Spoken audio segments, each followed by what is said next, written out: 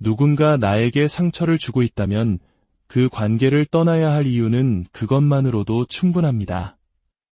이 단순한 진리를 깨닫기까지 참으로 오랜 시간이 걸렸습니다. 어쩌면 지금 이 순간에도 사랑이라는 이름 아래 상처받으면서도 그 자리를 떠나지 못하는 분들이 계실지 모릅니다. 오늘 저는 그분들의 마음속 가장 깊은 곳을 향해 이야기를 외치고 싶습니다. 우리의 삶 속에서, 특히 가장 가까운 관계 속에서 풀리지 않는 의문을 가져본 적 있으신가요? 예를 들어, 내 파트너는 자기중심적이고 때로는 나를 함부로 대하는 나르시시스트적인 면이 있는데, 동시에 스스로 ADHD, 즉 주의력 결핍 과잉행동장애를 겪고 있다고 말해요. 이 둘 사이에 정말 어떤 연관성이 있는 걸까요? 와 같은 질문 말입니다. 오늘은 바로 이 복잡하고도 중요한 질문에 대한 답을 찾아가는 여정을 떠나보려 합니다. ADHD와 나르시시즘, 이 두 가지가 어떻게 한 사람 안에서 겹쳐 나타나는지, 그리고 우리는 그 관계를 어떻게 이해해야 하는지에 대해 깊이 파고들어 보겠습니다. 이 지적 탐험을 시작하기에 앞서 만약 오늘 이야기가 여러분의 마음에 작은 울림을 준다면 주변에 비슷한 고민을 하는 이들에게 이 영상을 공유해 주세요. 여러분의 좋아요와 구독은 저희가 더 의미 있는 콘텐츠를 만드는데 큰 힘이 됩니다. 여러분의 삶에 늘 평안이 함께하기를 기원하며 이제 시작하겠습니다. 저는 신경다양성 교육가이자 ADHD 코치로 20년 넘게 활동해왔습니다. 이 분야의 특징은 ADHD를 가진 사람들만 만나는 것이 아니라는 점입니다. 그 과정에서 자연스럽게 자폐 스펙트럼, 양극성 장애, 그리고 다양한 트라우마와 성격 장애를 가진 분들을 만나게 됩니다. 저는 인간의 뇌와 신경계가 어떻게 작동하는지에 대해 늘 매료되어 왔습니다. 이러한 관심은 저의 개인적인 배경과도 깊은 관련이 있습니다. 저는 매우 신경다양성이 높은 대가족 안에서 자랐습니다. 저희 가족과 친척들 중에는 ADHD, 자폐, 양극성 장애, 심지어 조현병을 앓는 분들도 계셨고 아마 성격장애를 가진 분들도 있었을 겁니다. 저는 16명이나 되는 사촌들 중 맞이였고 어릴 적부터 늘 다른 사람을 돕는 해결사 역할을 자처했습니다. 제 자신의 어려움, 특히 조용한 형태의 ADHD 증상들은 애써 외면한 채 말이죠.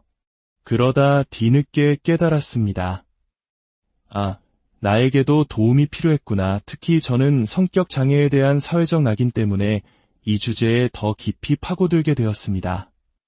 제 경력의 대부분은 자신의 행동으로 타인에게 어떤 식으로든 해를 끼치는 사람들과 함께하는 것이었습니다.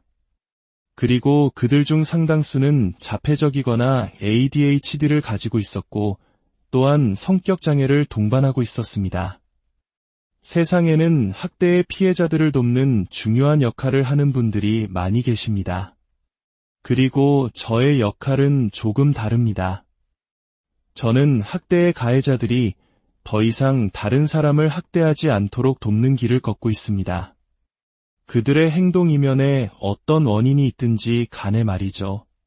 자, 그렇다면 먼저 ADHD가 무엇인지 최신 관점에서 간단히 짚고 넘어가야겠습니다.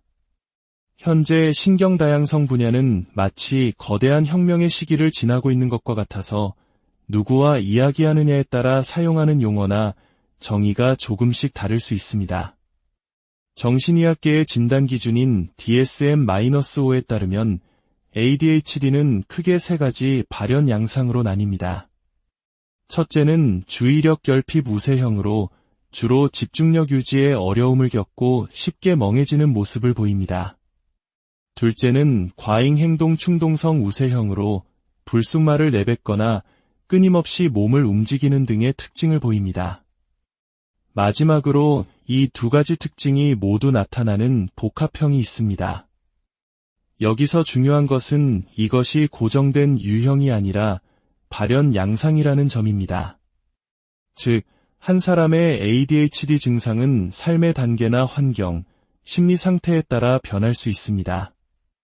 저 역시 어릴 때는 자신감이 부족하고 내적으로 힘들어 주의력 결핍 증상이 두드러졌지만 사춘기를 지나고 자신을 찾아가면서 과잉행동적인 면이 훨씬 더 강하게 나타나게 되었습니다. 그렇다면 본론으로 돌아와서 ADHD는 다른 장애, 특히 나르시시즘과 같은 성격 장애와 어떻게 함께 나타나는 걸까요? 통계적으로 볼 때 ADHD를 가진 사람은 다른 여러 질환을 동시에 가질 확률이 훨씬 높습니다.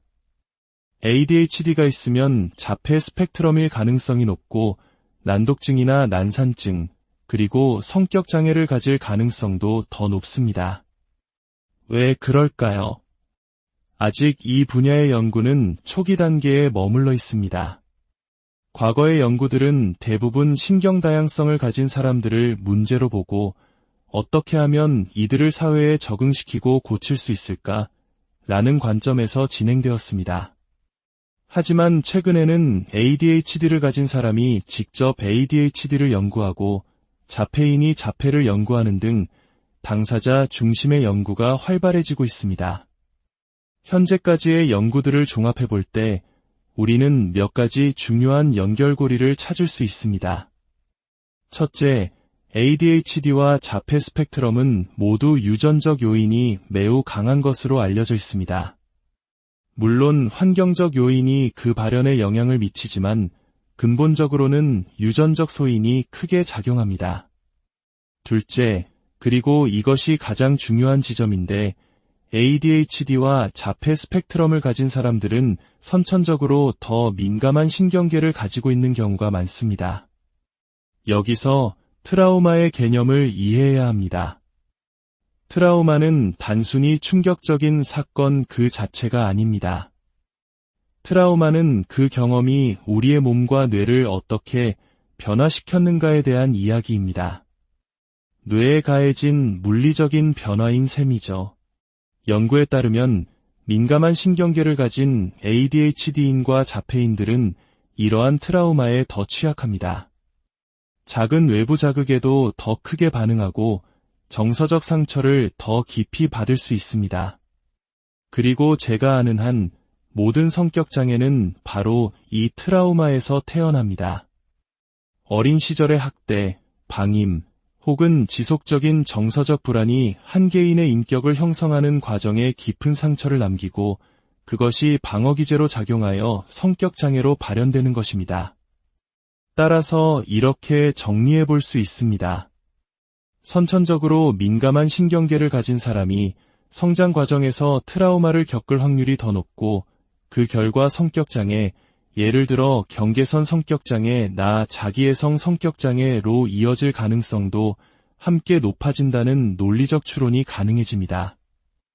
물론 이것은 아직 혈액 검사처럼 명확하게 증명된 사실은 아닙니다. 인간의 마음과 뇌는 여전히 미지의 영역이니까요. 하지만 이는 ADHD와 나르시시즘적 특성이 한 사람에게서 함께 나타나는지를 설명하는 매우 설득력 있는 가설입니다. 어떤 사람들은 유전적 요인이 더 크다고 주장하고 다른 사람들은 트라우마와 같은 환경적 요인이 더 중요하다고 말합니다. 저는 둘 다라고 생각합니다. 유전적 소인과 환경의 상호작용, 즉 후성 유전학의 관점에서 바라봐야 합니다. 또한 증상의 겹침 현상도 무시할 수 없습니다. 예를 들어 비군 성격장애를 가진 사람들은 새로운 자극을 끊임없이 추구하는 경향이 있습니다. ADHD를 가진 사람들 역시 도파민 결핍으로 인해 새로운 자극을 찾으려 합니다. 둘 다 충동 조절에 어려움을 겪습니다. 이처럼 뇌의 특정 경로가 비슷한 증상을 만들어내기 때문에 겉으로 보기에는 두 가지 문제가 공존하는 것처럼 보일 수 있습니다. 사실 정신의학 진단 편람을 자세히 들여다보면 거의 모든 정신질환의 증상들이 조금씩 겹쳐 있다는 것을 알게 됩니다. 마치 코미디 같을 정도죠. 예를 들어 어떤 사람이 매우 에너지가 넘치는 상태로 진료실에 들어왔다고 상상해 봅시다. 이는 조증일 수도 있고 불안장애일 수도 있으며 ADHD일 수도 있습니다. 혹은 약물에 의한 것일 수도 있고 최근에 뇌 손상을 입었을 수도 있습니다. 진단이란 이 모든 가능성을 하나씩 배제해 나가는 복잡한 과정입니다. 그래서 저는 ADHD나 나르시시즘 같은 진단명이라는 상자에 사람을 가두는 것을 경계해야 한다고 생각합니다. 물론 진단명은 특정 약물이나 치료법, 커뮤니티를 찾는 데 도움을 주는 유용한 도구입니다. 하지만 근본적인 원인을 이해하려면 상자 밖으로 나와야 합니다. 우리의 뇌와 신경계에 영향을 미치는 요인은 너무나도 다양합니다. 유전, 후성 유전학, 정서적 트라우마, 신체적 트라우마, 심지어 세대 간에 전수되는 트라우마도 실제합니다. 더 나아가 우리가 살아가는 사회 문화적 환경 역시 무시할 수 없습니다. 강한 자만이 살아남는다는 적자생존의 논리가 팽배하고 남을 밟고 올라서야 성공하는 것처럼 여겨지는 사회, 우리 한국 사회가 겪고 있는 무한 경쟁이 현실 또한 나르시시즘적인 특성을 부추기고 보상하는 시스템이 될 수 있습니다. 우리 문화는 은연중에 그런 행동들을 가르치고 실제로 그런 특성을 가진 사람들이 사회적으로 성공하는 모습을 우리는 너무나도 자주 목격합니다. 이 모든 복잡한 그물망을 이해하지 않고 단순히 한 사람을 ADHD 환자 혹은 나르시시스트라는 작은 상자에 가두려는 시도는 어리석은 일입니다. 하지만 여기서 제가 가장 강조하고 싶은 오늘 이야기의 핵심이 있습니다. 이 모든 복잡한 원인을 이해하는 것과 그로 인한 해로운 행동을 용납하는 것은 전혀 다른 문제입니다. 저는 과거에 여러 번 학대적인 관계 속에 있었습니다. 신경 다양성이 높은 가족 환경에서 자라난 또 다른 부작용은 다른 사람의 기분을 맞추고 그들의 문제를 해결해 주려는 과잉 책임감을 갖게 되는 것이었습니다. 저는 그 덫에 단단히 걸려들었죠. 그 관계들 속에서 상대방은 분명 심각한 트라우마를 가지고 있었고 나르시시즘적인 경향도 보였습니다. 저는 생각했습니다. 내가 그들을 이해하고 안전한 환경을 제공해주면 그들을 고칠 수 있을 거야. 때때로 그들이 책임감을 느끼거나 사과하는 듯한 모습을 보일 때면 저의 희망은 더욱 커졌습니다. 하지만 결국 그들은 원래의 모습으로 돌아가곤 했습니다. 오랜 고통의 시간을 겪은 후에야 저는 깨달았습니다. 모든 사람은 올바른 환경과 적절한 지원만 있다면 치유되고 더 나아질 잠재력을 가지고 있습니다. 하지만 그 완벽한 환경을 나라는 한 개인이 제공해 줄 수는 없습니다. 더 중요한 것은 그가 변할지도 모른다는 막연한 기대를 품고 그가 나에게 상처 주는 것을 계속해서 참고 기다릴 수는 없다는 사실입니다. 누군가 지금 나에게 해를 끼치고 있다면 그 관계를 떠나야 할 이유는 그것만으로도 충분합니다. 그 사람이 당신을 해치는데 그럴듯한 이유가 있다 하더라도 당신이 상처받고 있다는 사실은 변하지 않습니다. 그가 끔찍한 어린 시절을 보냈다는 것을 이해하더라도, 그가 ADHD 때문에 충동적이라는 것을 알더라도, 그가 가진 트라우마의 깊이를 공감하더라도 그것이 당신을 향한 해로운 행동을 정당화해주지는 못합니다. 만약 그가 진심으로 자신의 문제를 인정하고 매주 상담 치료를 받으며 실질적인 변화를 보여주기 위해 노력하는 모습이 보이지 않는다면, 그리고 당신에게 실질적인 피해를 계속 주고 있다면 당신은 떠나야 합니다. 그저 행운을 빌어. 당신도 치유받기를 바라 라고 말하고 당신의 길을 가야 합니다. 저는 그들을 치유할 수 있는 전능한 존재가 아닙니다. 한때는 저에게 그런 힘이 있다고 착각하기도 했습니다. 하지만 연인이나 친구라는 이름으로 상대방의 모든 상처를 치유해 줄 수는 없습니다. 그것은 당신의 역할도 당신의 자리도 아닙니다. 만약 그들이 당신에게 적극적으로 해를 가하고 있다면 당신은 절대로 그들을 치유할 수 있는 사람이 될 수 없습니다. 상처 주는 사람과 상처받는 사람이 한 공간 안에서 치유를 논할 수는 없습니다. 그들은 다른 전문가를 찾아가야만 합니다. 너무나 많은 사람들이 학대받는 피해자인 동시에 그 문제의 해결사가 되려고 합니다. 이는 피해자의 영혼을 갉아먹는 매우 위험한 조합입니다. 그 과정에서 우리는 계속해서 자기 자신을 배신하게 됩니다. 최근 저의 좌우명은 개인의 안전보다 관계를 우선시하지 말자는 것입니다. 우리는 소속되고자 하는 욕구가 너무나도 강렬한 나머지 관계를 유지하기 위해 기꺼이 자신을 희생합니다. 언젠가 상대방이 나의 이 사랑을 알아주고 변할 것이라고 믿으면서 말이죠. 아니요, 그렇지 않습니다. 그들 스스로가 삶의 위기를 겪고 바닥을 치지 않는 한 어떤 사람들은 절대로 변하지 않을 수도 있습니다. 그리고 우리는 이 지점에서 고통스럽지만 시선을 자기 자신에게로 돌려야 합니다. 나는 왜 이토록 힘든 관계를 놓지 못하는 걸까? 나는 이 사람을 치유함으로써 나 자신의 어떤 상처를 치유하려고 하는 걸까? 나는 그의 문제를 해결해주면서 나의 어떤 문제를 회피하고 있는 걸까? 나는 왜 내가 이런 대우를 받아도 된다고 생각하는 걸까? 이것은 결코 피해자를 비난하는 것이 아닙니다.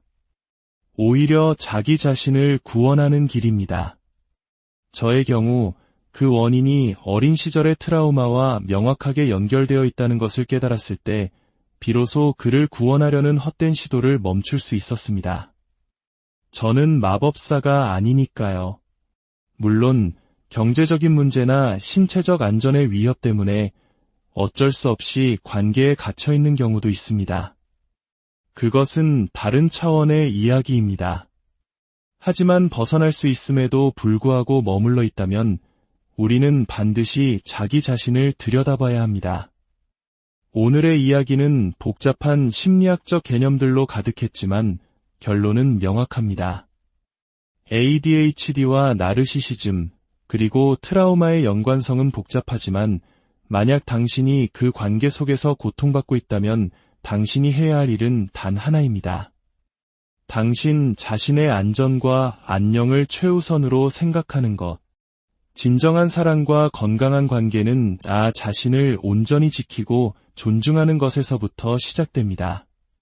부디 당신의 마음이 더 이상 상처받지 않기를, 당신의 삶에 온전한 평화가 깃들기를. 누군가 나에게 상처를 주고 있다면 그 관계를 떠나야 할 이유는 그것만으로도 충분합니다. 이 단순한 진리를 깨닫기까지 참으로 오랜 시간이 걸렸습니다. 어쩌면 지금 이 순간에도 사랑이라는 이름 아래 상처받으면서도 그 자리를 떠나지 못하는 분들이 계실지 모릅니다. 오늘 저는 그분들의 마음속 가장 깊은 곳을 향해 이야기를 외치고 싶습니다. 우리의 삶 속에서, 특히 가장 가까운 관계 속에서 풀리지 않는 의문을 가져본 적 있으신가요?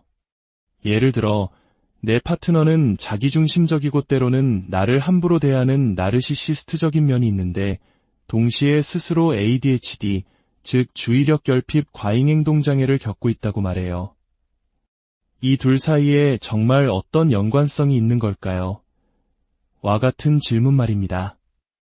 오늘은 바로 이 복잡하고도 중요한 질문에 대한 답을 찾아가는 여정을 떠나보려 합니다.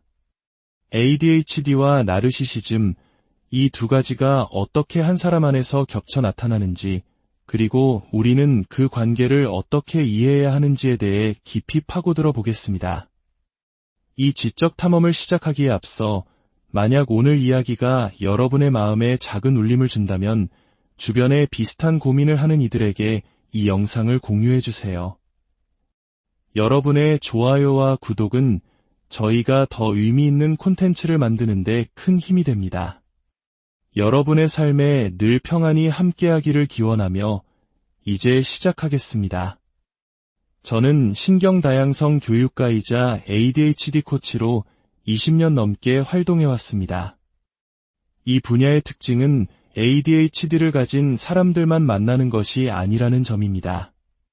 그 과정에서 자연스럽게 자폐 스펙트럼, 양극성 장애, 그리고 다양한 트라우마와 성격 장애를 가진 분들을 만나게 됩니다. 저는 인간의 뇌와 신경계가 어떻게 작동하는지에 대해 늘 매료되어 왔습니다. 이러한 관심은 저의 개인적인 배경과도 깊은 관련이 있습니다. 저는 매우 신경 다양성이 높은 대가족 안에서 자랐습니다. 저희 가족과 친척들 중에는 ADHD, 자폐, 양극성 장애, 심지어 조현병을 앓는 분들도 계셨고 아마 성격 장애를 가진 분들도 있었을 겁니다. 저는 16명이나 되는 사촌들 중 맞이였고 어릴 적부터 늘 다른 사람을 돕는 해결사 역할을 자처했습니다. 제 자신의 어려움, 특히 조용한 형태의 ADHD 증상들은 애써 외면한 채 말이죠. 그러다 뒤늦게 깨달았습니다. 아, 나에게도 도움이 필요했구나. 특히 저는 성격 장애에 대한 사회적 낙인 때문에 이 주제에 더 깊이 파고들게 되었습니다. 제 경력의 대부분은 자신의 행동으로 타인에게 어떤 식으로든 해를 끼치는 사람들과 함께하는 것이었습니다. 그리고 그들 중 상당수는 자폐적이거나 ADHD를 가지고 있었고 또한 성격 장애를 동반하고 있었습니다. 세상에는 학대의 피해자들을 돕는 중요한 역할을 하는 분들이 많이 계십니다. 그리고 저의 역할은 조금 다릅니다. 저는 학대의 가해자들이 더 이상 다른 사람을 학대하지 않도록 돕는 길을 걷고 있습니다. 그들의 행동 이면에 어떤 원인이 있든지 간에 말이죠. 자, 그렇다면 먼저 ADHD가 무엇인지 최신 관점에서 간단히 짚고 넘어가야겠습니다.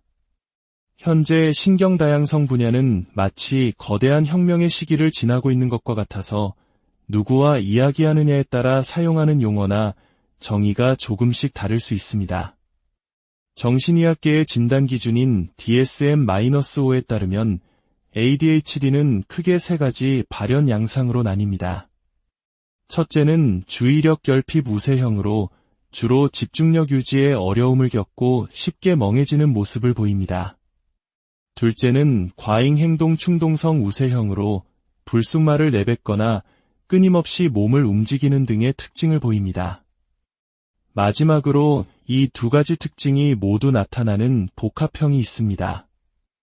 여기서 중요한 것은 이것이 고정된 유형이 아니라 발현 양상이라는 점입니다.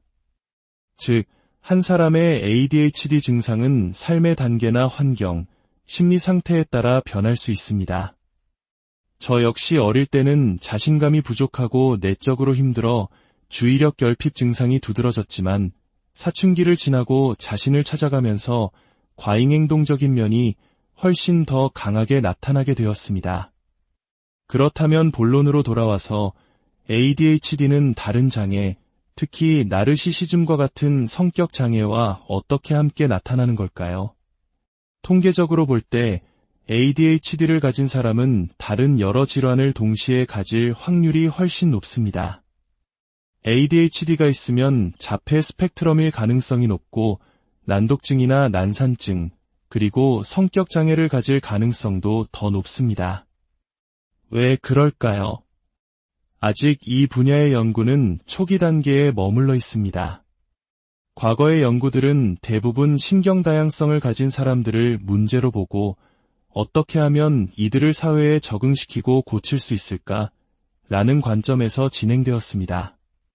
하지만 최근에는 ADHD를 가진 사람이 직접 ADHD를 연구하고 자폐인이 자폐를 연구하는 등 당사자 중심의 연구가 활발해지고 있습니다.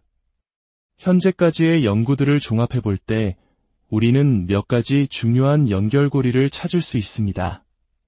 첫째, ADHD와 자폐 스펙트럼은 모두 유전적 요인이 매우 강한 것으로 알려져 있습니다. 물론 환경적 요인이 그 발현에 영향을 미치지만 근본적으로는 유전적 소인이 크게 작용합니다.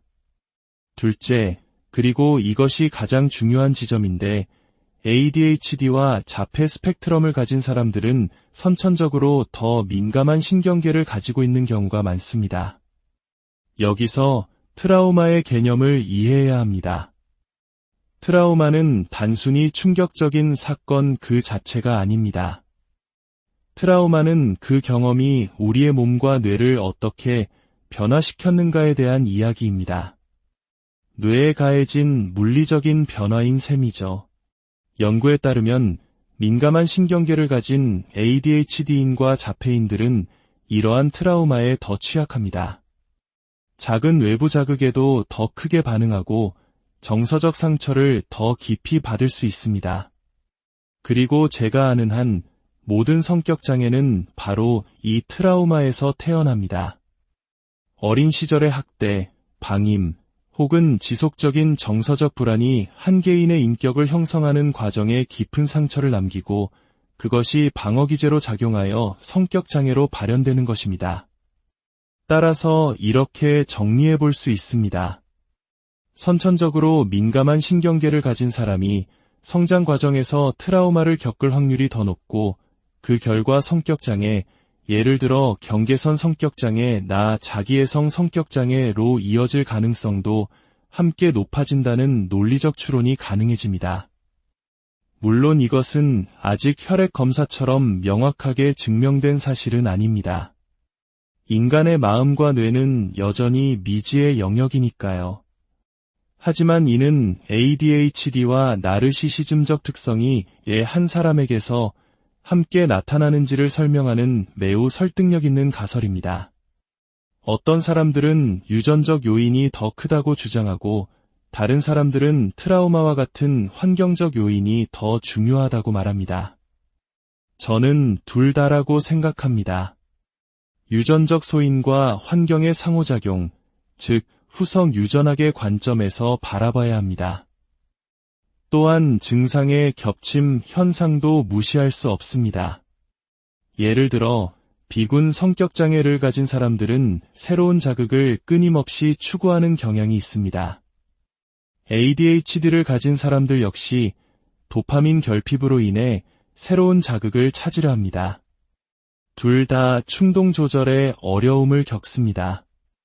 이처럼 뇌의 특정 경로가 비슷한 증상을 만들어내기 때문에 겉으로 보기에는 두 가지 문제가 공존하는 것처럼 보일 수 있습니다. 사실 정신의학 진단 편람을 자세히 들여다보면 거의 모든 정신질환의 증상들이 조금씩 겹쳐 있다는 것을 알게 됩니다. 마치 코미디 같을 정도죠. 예를 들어 어떤 사람이 매우 에너지가 넘치는 상태로 진료실에 들어왔다고 상상해 봅시다. 이는 조증일 수도 있고 불안장애일 수도 있으며 ADHD일 수도 있습니다. 혹은 약물에 의한 것일 수도 있고 최근에 뇌 손상을 입었을 수도 있습니다. 진단이란 이 모든 가능성을 하나씩 배제해 나가는 복잡한 과정입니다. 그래서 저는 ADHD나 나르시시즘 같은 진단명이라는 상자에 사람을 가두는 것을 경계해야 한다고 생각합니다. 물론 진단명은 특정 약물이나 치료법, 커뮤니티를 찾는 데 도움을 주는 유용한 도구입니다. 하지만 근본적인 원인을 이해하려면 상자 밖으로 나와야 합니다. 우리의 뇌와 신경계에 영향을 미치는 요인은 너무나도 다양합니다. 유전, 후성 유전학, 정서적 트라우마, 신체적 트라우마, 심지어 세대 간에 전수되는 트라우마도 실제합니다. 더 나아가 우리가 살아가는 사회 문화적 환경 역시 무시할 수 없습니다. 강한 자만이 살아남는다는 적자 생존의 논리가 팽배하고 남을 밟고 올라서야 성공하는 것처럼 여겨지는 사회, 우리 한국 사회가 겪고 있는 무한 경쟁이 현실 또한 나르시시즘적인 특성을 부추기고 보상하는 시스템이 될 수 있습니다. 우리 문화는 은연중에 그런 행동들을 가르치고 실제로 그런 특성을 가진 사람들이 사회적으로 성공하는 모습을 우리는 너무나도 자주 목격합니다. 이 모든 복잡한 그물망을 이해하지 않고 단순히 한 사람을 ADHD 환자 혹은 나르시시스트라는 작은 상자에 가두려는 시도는 어리석은 일입니다. 하지만 여기서 제가 가장 강조하고 싶은 오늘 이야기의 핵심이 있습니다. 이 모든 복잡한 원인을 이해하는 것과 그로 인한 해로운 행동을 용납하는 것은 전혀 다른 문제입니다. 저는 과거에 여러 번 학대적인 관계 속에 있었습니다. 신경 다양성이 높은 가족 환경에서 자라난 또 다른 부작용은 다른 사람의 기분을 맞추고 그들의 문제를 해결해 주려는 과잉 책임감을 갖게 되는 것이었습니다. 저는 그 덫에 단단히 걸려들었죠. 그 관계들 속에서 상대방은 분명 심각한 트라우마를 가지고 있었고 나르시시즘적인 경향도 보였습니다. 저는 생각했습니다. 내가 그들을 이해하고 안전한 환경을 제공해주면 그들을 고칠 수 있을 거야. 때때로 그들이 책임감을 느끼거나 사과하는 듯한 모습을 보일 때면 저의 희망은 더욱 커졌습니다. 하지만 결국 그들은 원래의 모습으로 돌아가곤 했습니다. 오랜 고통의 시간을 겪은 후에야 저는 깨달았습니다. 모든 사람은 올바른 환경과 적절한 지원만 있다면 치유되고 더 나아질 잠재력을 가지고 있습니다. 하지만 그 완벽한 환경을 나라는 한 개인이 제공해 줄 수는 없습니다. 더 중요한 것은 그가 변할지도 모른다는 막연한 기대를 품고 그가 나에게 상처 주는 것을 계속해서 참고 기다릴 수는 없다는 사실입니다. 누군가 지금 나에게 해를 끼치고 있다면 그 관계를 떠나야 할 이유는 그것만으로도 충분합니다. 그 사람이 당신을 해치는데 그럴듯한 이유가 있다 하더라도 당신이 상처받고 있다는 사실은 변하지 않습니다. 그가 끔찍한 어린 시절을 보냈다는 것을 이해하더라도, 그가 ADHD 때문에 충동적이라는 것을 알더라도, 그가 가진 트라우마의 깊이를 공감하더라도 그것이 당신을 향한 해로운 행동을 정당화해주지는 못합니다. 만약 그가 진심으로 자신의 문제를 인정하고 매주 상담 치료를 받으며 실질적인 변화를 보여주기 위해 노력하는 모습이 보이지 않는다면, 그리고 당신에게 실질적인 피해를 계속 주고 있다면 당신은 떠나야 합니다. 그저 행운을 빌어. 당신도 치유받기를 바라 라고 말하고 당신의 길을 가야 합니다. 저는 그들을 치유할 수 있는 전능한 존재가 아닙니다. 한때는 저에게 그런 힘이 있다고 착각하기도 했습니다. 하지만 연인이나 친구라는 이름으로 상대방의 모든 상처를 치유해 줄 수는 없습니다. 그것은 당신의 역할도 당신의 자리도 아닙니다. 만약 그들이 당신에게 적극적으로 해를 가하고 있다면 당신은 절대로 그들을 치유할 수 있는 사람이 될 수 없습니다. 상처 주는 사람과 상처받는 사람이 한 공간 안에서 치유를 논할 수는 없습니다. 그들은 다른 전문가를 찾아가야만 합니다. 너무나 많은 사람들이 학대받는 피해자인 동시에 그 문제의 해결사가 되려고 합니다. 이는 피해자의 영혼을 갉아먹는 매우 위험한 조합입니다. 그 과정에서 우리는 계속해서 자기 자신을 배신하게 됩니다. 최근 저의 좌우명은 개인의 안전보다 관계를 우선시하지 말자는 것입니다. 우리는 소속되고자 하는 욕구가 너무나도 강렬한 나머지 관계를 유지하기 위해 기꺼이 자신을 희생합니다. 언젠가 상대방이 나의 이 사랑을 알아주고 변할 것이라고 믿으면서 말이죠. 아니요, 그렇지 않습니다. 그들 스스로가 삶의 위기를 겪고 바닥을 치지 않는 한 어떤 사람들은 절대로 변하지 않을 수도 있습니다. 그리고 우리는 이 지점에서 고통스럽지만 시선을 자기 자신에게로 돌려야 합니다. 나는 왜 이토록 힘든 관계를 놓지 못하는 걸까?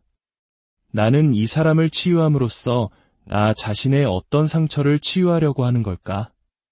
나는 그의 문제를 해결해주면서 나의 어떤 문제를 회피하고 있는 걸까? 나는 왜 내가 이런 대우를 받아도 된다고 생각하는 걸까? 이것은 결코 피해자를 비난하는 것이 아닙니다. 오히려 자기 자신을 구원하는 길입니다. 저의 경우 그 원인이 어린 시절의 트라우마와 명확하게 연결되어 있다는 것을 깨달았을 때 비로소 그를 구원하려는 헛된 시도를 멈출 수 있었습니다. 저는 마법사가 아니니까요. 물론 경제적인 문제나 신체적 안전의 위협 때문에 어쩔 수 없이 관계에 갇혀 있는 경우도 있습니다. 그것은 다른 차원의 이야기입니다.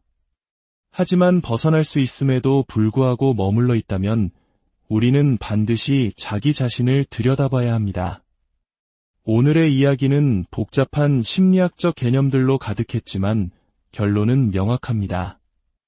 ADHD와 나르시시즘, 그리고 트라우마의 연관성은 복잡하지만 만약 당신이 그 관계 속에서 고통받고 있다면 당신이 해야 할 일은 단 하나입니다.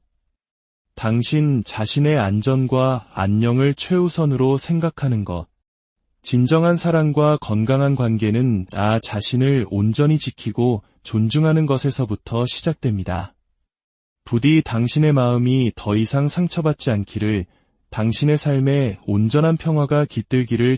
누군가 나에게 상처를 주고 있다면 그 관계를 떠나야 할 이유는 그것만으로도 충분합니다. 이 단순한 진리를 깨닫기까지 참으로 오랜 시간이 걸렸습니다.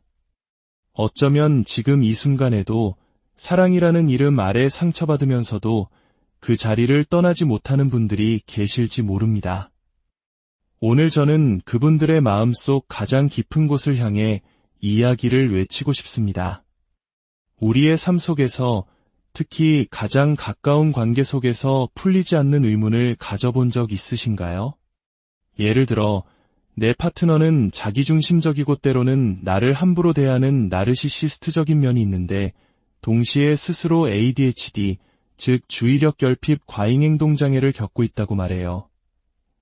이 둘 사이에 정말 어떤 연관성이 있는 걸까요? 와 같은 질문 말입니다.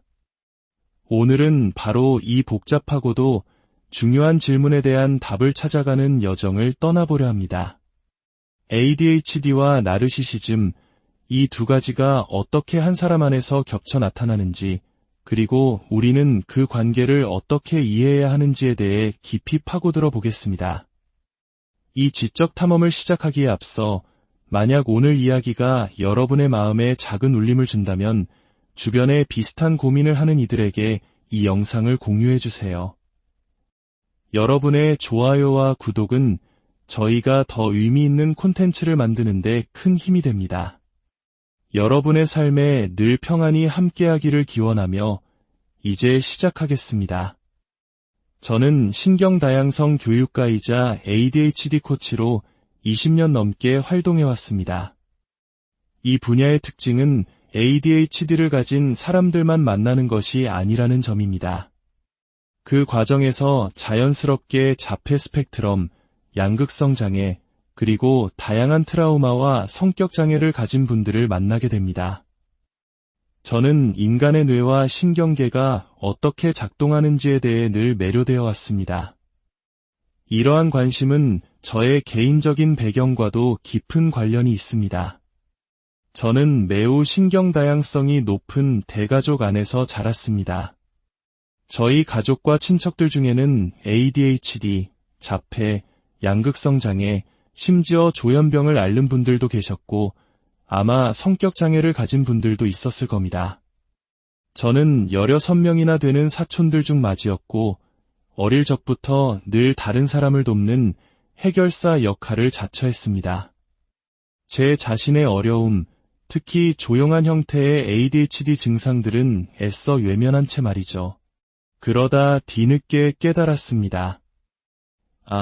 나에게도 도움이 필요했구나. 특히 저는 성격 장애에 대한 사회적 낙인 때문에 이 주제에 더 깊이 파고들게 되었습니다.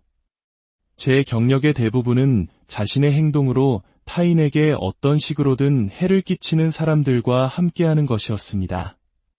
그리고 그들 중 상당수는 자폐적이거나 ADHD를 가지고 있었고 또한 성격 장애를 동반하고 있었습니다. 세상에는 학대의 피해자들을 돕는 중요한 역할을 하는 분들이 많이 계십니다. 그리고 저의 역할은 조금 다릅니다. 저는 학대의 가해자들이 더 이상 다른 사람을 학대하지 않도록 돕는 길을 걷고 있습니다. 그들의 행동 이면에 어떤 원인이 있든지 간에 말이죠. 자, 그렇다면 먼저 ADHD가 무엇인지 최신 관점에서 간단히 짚고 넘어가야겠습니다. 현재 신경다양성 분야는 마치 거대한 혁명의 시기를 지나고 있는 것과 같아서 누구와 이야기하느냐에 따라 사용하는 용어나 정의가 조금씩 다를 수 있습니다. 정신의학계의 진단 기준인 DSM-5에 따르면 ADHD는 크게 세 가지 발현 양상으로 나뉩니다. 첫째는 주의력 결핍 우세형으로 주로 집중력 유지에 어려움을 겪고 쉽게 멍해지는 모습을 보입니다. 둘째는 과잉 행동 충동성 우세형으로 불쑥말을 내뱉거나 끊임없이 몸을 움직이는 등의 특징을 보입니다. 마지막으로 이 두 가지 특징이 모두 나타나는 복합형이 있습니다. 여기서 중요한 것은 이것이 고정된 유형이 아니라 발현 양상이라는 점입니다. 즉, 한 사람의 ADHD 증상은 삶의 단계나 환경, 심리 상태에 따라 변할 수 있습니다. 저 역시 어릴 때는 자신감이 부족하고 내적으로 힘들어 주의력 결핍 증상이 두드러졌지만 사춘기를 지나고 자신을 찾아가면서 과잉행동적인 면이 훨씬 더 강하게 나타나게 되었습니다. 그렇다면 본론으로 돌아와서 ADHD는 다른 장애, 특히 나르시시즘과 같은 성격 장애와 어떻게 함께 나타나는 걸까요? 통계적으로 볼 때 ADHD를 가진 사람은 다른 여러 질환을 동시에 가질 확률이 훨씬 높습니다. ADHD가 있으면 자폐 스펙트럼일 가능성이 높고 난독증이나 난산증, 그리고 성격 장애를 가질 가능성도 더 높습니다. 왜 그럴까요? 아직 이 분야의 연구는 초기 단계에 머물러 있습니다. 과거의 연구들은 대부분 신경다양성을 가진 사람들을 문제로 보고 어떻게 하면 이들을 사회에 적응시키고 고칠 수 있을까? 라는 관점에서 진행되었습니다. 하지만 최근에는 ADHD를 가진 사람이 직접 ADHD를 연구하고 자폐인이 자폐를 연구하는 등 당사자 중심의 연구가 활발해지고 있습니다. 현재까지의 연구들을 종합해 볼 때 우리는 몇 가지 중요한 연결고리를 찾을 수 있습니다. 첫째, ADHD와 자폐 스펙트럼은 모두 유전적 요인이 매우 강한 것으로 알려져 있습니다. 물론 환경적 요인이 그 발현에 영향을 미치지만 근본적으로는 유전적 소인이 크게 작용합니다. 둘째, 그리고 이것이 가장 중요한 지점인데 ADHD와 자폐 스펙트럼을 가진 사람들은 선천적으로 더 민감한 신경계를 가지고 있는 경우가 많습니다. 여기서 트라우마의 개념을 이해해야 합니다. 트라우마는 단순히 충격적인 사건 그 자체가 아닙니다. 트라우마는 그 경험이 우리의 몸과 뇌를 어떻게 변화시켰는가에 대한 이야기입니다. 뇌에 가해진 물리적인 변화인 셈이죠. 연구에 따르면 민감한 신경계를 가진 ADHD인과 자폐인들은 이러한 트라우마에 더 취약합니다. 작은 외부 자극에도 더 크게 반응하고 정서적 상처를 더 깊이 받을 수 있습니다. 그리고 제가 아는 한 모든 성격장애는 바로 이 트라우마에서 태어납니다. 어린 시절의 학대, 방임, 혹은 지속적인 정서적 불안이 한 개인의 인격을 형성하는 과정에 깊은 상처를 남기고 그것이 방어기제로 작용하여 성격장애로 발현되는 것입니다. 따라서 이렇게 정리해 볼 수 있습니다.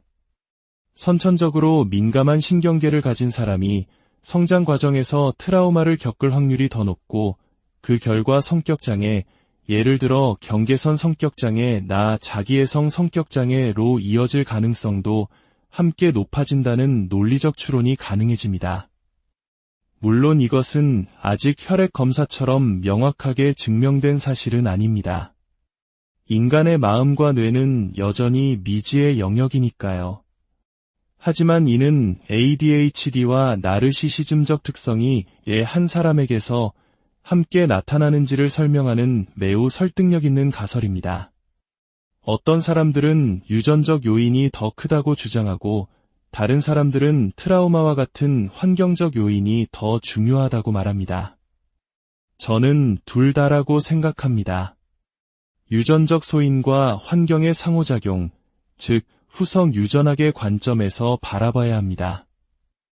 또한 증상의 겹침 현상도 무시할 수 없습니다. 예를 들어 비군 성격장애를 가진 사람들은 새로운 자극을 끊임없이 추구하는 경향이 있습니다. ADHD를 가진 사람들 역시 도파민 결핍으로 인해 새로운 자극을 찾으려 합니다. 둘 다 충동 조절에 어려움을 겪습니다. 이처럼 뇌의 특정 경로가 비슷한 증상을 만들어내기 때문에 겉으로 보기에는 두 가지 문제가 공존하는 것처럼 보일 수 있습니다. 사실 정신의학 진단 편람을 자세히 들여다보면 거의 모든 정신질환의 증상들이 조금씩 겹쳐 있다는 것을 알게 됩니다. 마치 코미디 같을 정도죠. 예를 들어 어떤 사람이 매우 에너지가 넘치는 상태로 진료실에 들어왔다고 상상해 봅시다. 이는 조증일 수도 있고 불안장애일 수도 있으며 ADHD일 수도 있습니다. 혹은 약물에 의한 것일 수도 있고 최근에 뇌 손상을 입었을 수도 있습니다. 진단이란 이 모든 가능성을 하나씩 배제해 나가는 복잡한 과정입니다. 그래서 저는 ADHD나 나르시시즘 같은 진단명이라는 상자에 사람을 가두는 것을 경계해야 한다고 생각합니다. 물론 진단명은 특정 약물이나 치료법, 커뮤니티를 찾는 데 도움을 주는 유용한 도구입니다. 하지만 근본적인 원인을 이해하려면 상자 밖으로 나와야 합니다. 우리의 뇌와 신경계에 영향을 미치는 요인은 너무나도 다양합니다. 유전, 후성 유전학, 정서적 트라우마, 신체적 트라우마, 심지어 세대 간에 전수되는 트라우마도 실제합니다. 더 나아가 우리가 살아가는 사회 문화적 환경 역시 무시할 수 없습니다. 강한 자만이 살아남는다는 적자 생존의 논리가 팽배하고 남을 밟고 올라서야 성공하는 것처럼 여겨지는 사회, 우리 한국 사회가 겪고 있는 무한 경쟁이 현실 또한 나르시시즘적인 특성을 부추기고 보상하는 시스템이 될 수 있습니다. 우리 문화는 은연중에 그런 행동들을 가르치고 실제로 그런 특성을 가진 사람들이 사회적으로 성공하는 모습을 우리는 너무나도 자주 목격합니다. 이 모든 복잡한 그물망을 이해하지 않고 단순히 한 사람을 ADHD 환자 혹은 나르시시스트라는 작은 상자에 가두려는 시도는 어리석은 일입니다. 하지만 여기서 제가 가장 강조하고 싶은 오늘 이야기의 핵심이 있습니다. 이 모든 복잡한 원인을 이해하는 것과 그로 인한 해로운 행동을 용납하는 것은 전혀 다른 문제입니다. 저는 과거에 여러 번 학대적인 관계 속에 있었습니다. 신경 다양성이 높은 가족 환경에서 자라난 또 다른 부작용은 다른 사람의 기분을 맞추고 그들의 문제를 해결해 주려는 과잉 책임감을 갖게 되는 것이었습니다. 저는 그 덫에 단단히 걸려들었죠. 그 관계들 속에서 상대방은 분명 심각한 트라우마를 가지고 있었고 나르시시즘적인 경향도 보였습니다. 저는 생각했습니다. 내가 그들을 이해하고 안전한 환경을 제공해주면 그들을 고칠 수 있을 거야. 때때로 그들이 책임감을 느끼거나 사과하는 듯한 모습을 보일 때면 저의 희망은 더욱 커졌습니다. 하지만 결국 그들은 원래의 모습으로 돌아가곤 했습니다. 오랜 고통의 시간을 겪은 후에야 저는 깨달았습니다. 모든 사람은 올바른 환경과 적절한 지원만 있다면 치유되고 더 나아질 잠재력을 가지고 있습니다. 하지만 그 완벽한 환경을 나라는 한 개인이 제공해 줄 수는 없습니다. 더 중요한 것은 그가 변할지도 모른다는 막연한 기대를 품고 그가 나에게 상처 주는 것을 계속해서 참고 기다릴 수는 없다는 사실입니다. 누군가 지금 나에게 해를 끼치고 있다면 그 관계를 떠나야 할 이유는 그것만으로도 충분합니다. 그 사람이 당신을 해치는데 그럴듯한 이유가 있다 하더라도 당신이 상처받고 있다는 사실은 변하지 않습니다. 그가 끔찍한 어린 시절을 보냈다는 것을 이해하더라도, 그가 ADHD 때문에 충동적이라는 것을 알더라도, 그가 가진 트라우마의 깊이를 공감하더라도 그것이 당신을 향한 해로운 행동을 정당화해주지는 못합니다. 만약 그가 진심으로 자신의 문제를 인정하고 매주 상담 치료를 받으며 실질적인 변화를 보여주기 위해 노력하는 모습이 보이지 않는다면, 그리고 당신에게 실질적인 피해를 계속 주고 있다면 당신은 떠나야 합니다. 그저 행운을 빌어. 당신도 치유받기를 바라 라고 말하고 당신의 길을 가야 합니다. 저는 그들을 치유할 수 있는 전능한 존재가 아닙니다. 한때는 저에게 그런 힘이 있다고 착각하기도 했습니다. 하지만 연인이나 친구라는 이름으로 상대방의 모든 상처를 치유해 줄 수는 없습니다. 그것은 당신의 역할도 당신의 자리도 아닙니다. 만약 그들이 당신에게 적극적으로 해를 가하고 있다면 당신은 절대로 그들을 치유할 수 있는 사람이 될 수 없습니다. 상처 주는 사람과 상처받는 사람이 한 공간 안에서 치유를 논할 수는 없습니다. 그들은 다른 전문가를 찾아가야만 합니다. 너무나 많은 사람들이 학대받는 피해자인 동시에 그 문제의 해결사가 되려고 합니다. 이는 피해자의 영혼을 갉아먹는 매우 위험한 조합입니다.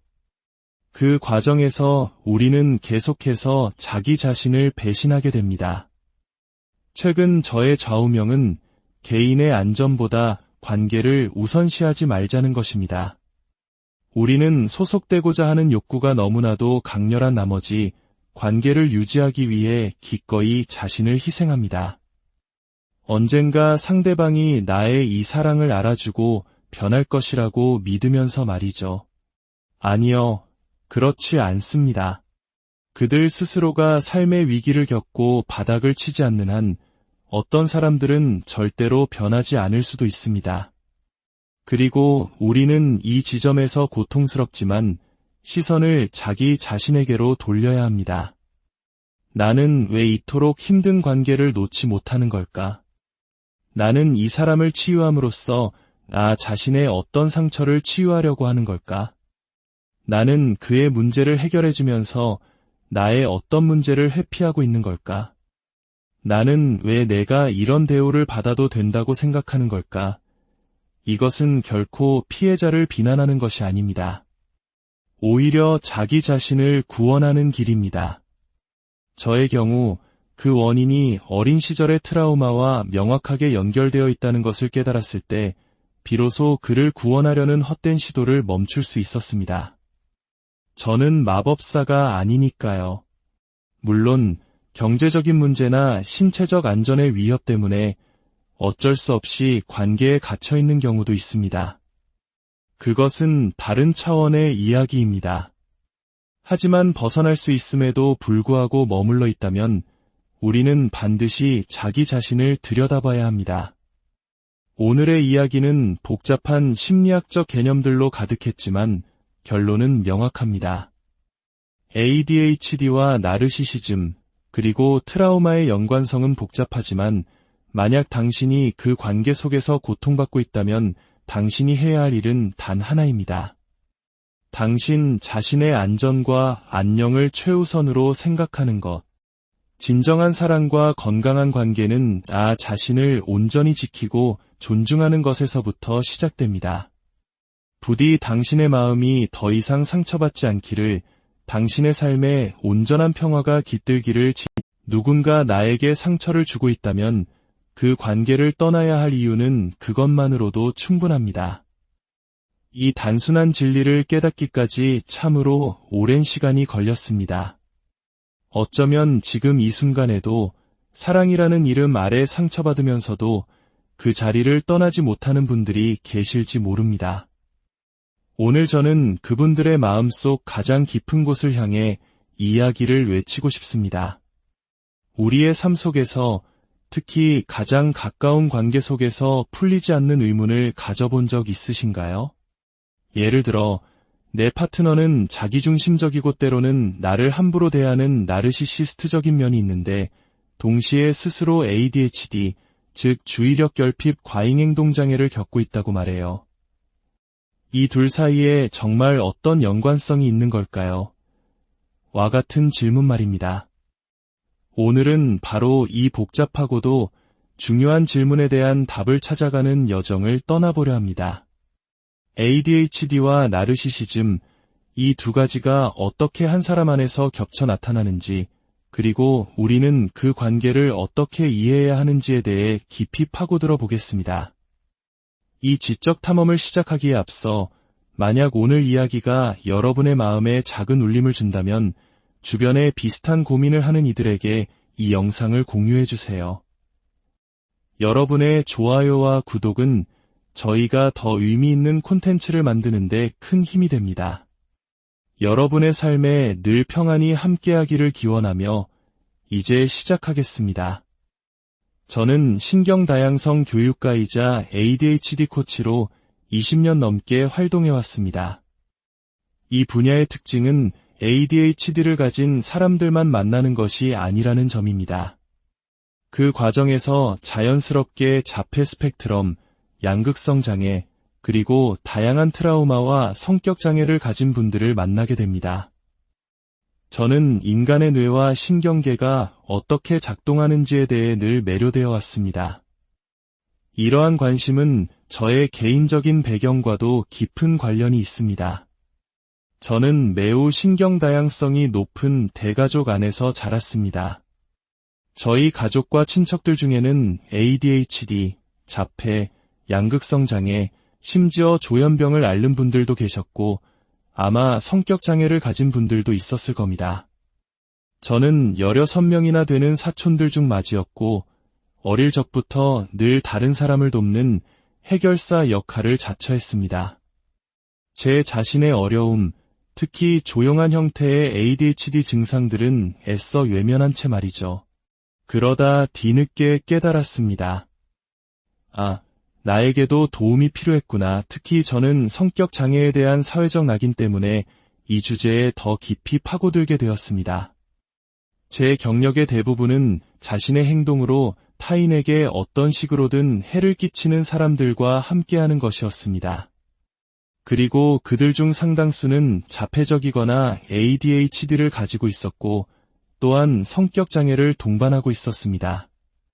세상에는 학대의 피해자들을 돕는 중요한 역할을 하는 분들이 많이 계십니다. 그리고 저의 역할은 조금 다릅니다. 저는 학대의 가해자들이 더 이상 다른 사람을 학대하지 않도록 돕는 길을 걷고 있습니다. 그들의 행동 이면에 어떤 원인이 있든지 간에 말이죠. 자, 그렇다면 먼저 ADHD가 무엇인지 최신 관점에서 간단히 짚고 넘어가야겠습니다. 현재 신경다양성 분야는 마치 거대한 혁명의 시기를 지나고 있는 것과 같아서 누구와 이야기하느냐에 따라 사용하는 용어나 정의가 조금씩 다를 수 있습니다. 정신의학계의 진단 기준인 DSM-5에 따르면 ADHD는 크게 세 가지 발현 양상으로 나뉩니다. 첫째는 주의력 결핍 우세형으로 주로 집중력 유지에 어려움을 겪고 쉽게 멍해지는 모습을 보입니다. 둘째는 과잉행동 충동성 우세형으로 불쑥말을 내뱉거나 끊임없이 몸을 움직이는 등의 특징을 보입니다. 마지막으로 이 두 가지 특징이 모두 나타나는 복합형이 있습니다. 여기서 중요한 것은 이것이 고정된 유형이 아니라 발현 양상이라는 점입니다. 즉, 한 사람의 ADHD 증상은 삶의 단계나 환경, 심리 상태에 따라 변할 수 있습니다. 저 역시 어릴 때는 자신감이 부족하고 내적으로 힘들어 주의력 결핍 증상이 두드러졌지만 사춘기를 지나고 자신을 찾아가면서 과잉행동적인 면이 훨씬 더 강하게 나타나게 되었습니다. 그렇다면 본론으로 돌아와서 ADHD는 다른 장애, 특히 나르시시즘과 같은 성격 장애와 어떻게 함께 나타나는 걸까요? 통계적으로 볼 때 ADHD를 가진 사람은 다른 여러 질환을 동시에 가질 확률이 훨씬 높습니다. ADHD가 있으면 자폐 스펙트럼일 가능성이 높고 난독증이나 난산증, 그리고 성격 장애를 가질 가능성도 더 높습니다. 왜 그럴까요? 아직 이 분야의 연구는 초기 단계에 머물러 있습니다. 과거의 연구들은 대부분 신경 다양성을 가진 사람들을 문제로 보고 어떻게 하면 이들을 사회에 적응시키고 고칠 수 있을까? 라는 관점에서 진행되었습니다. 하지만 최근에는 ADHD를 가진